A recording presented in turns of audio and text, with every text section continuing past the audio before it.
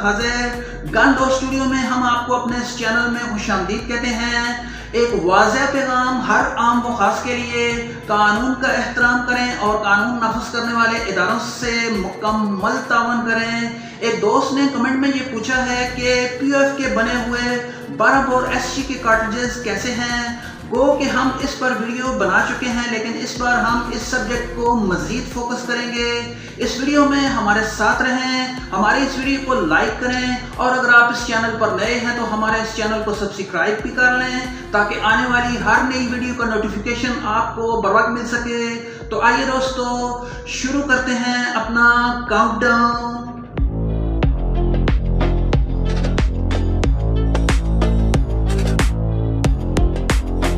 Shaheen quality and excellence. Shaheen 12 bore SG के cartridge को Buckshot भी कहते हैं। ये कारतूस हाई वेलोसिटी के साथ 31 ग्राम की रिकॉयल में दस्तयाब हैं। अगर इस कारतूस में मौजूद छर्रों की बात करें तो इस कारतूस में 9 छर्रे होते हैं। SG का कारतूस काफ़ी रिलायबल है, ख़ास तौर पर सेल्फ डिफेंस, होम डिफेंस और बड़े शिकार खेलने के मामले में।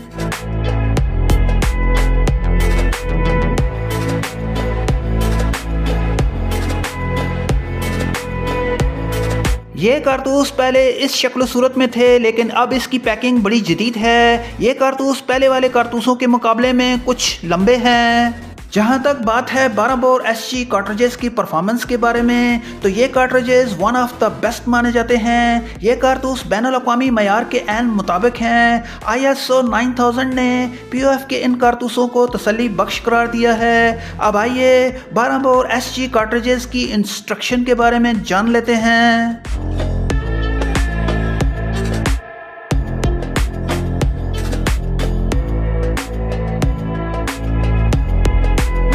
इंस्ट्रक्शन दोस्तों ये हैं, अपनी आंखों और कानों की हिफाजत करनी है। आपकी गन अच्छी कंडीशन में होनी चाहिए। आपकी गन की बैरल साफ़ हो, उसमें किसी किस्म की रुकावट ना हो। मिसफायर होने की सूरत में गन की डायरेक्शन को सेफ साइड पे रखना, 30 सेकंड इंतज़ार करना, एहतियात से गन को अनलोड करना और खाली होल को ठिकाने लगाना।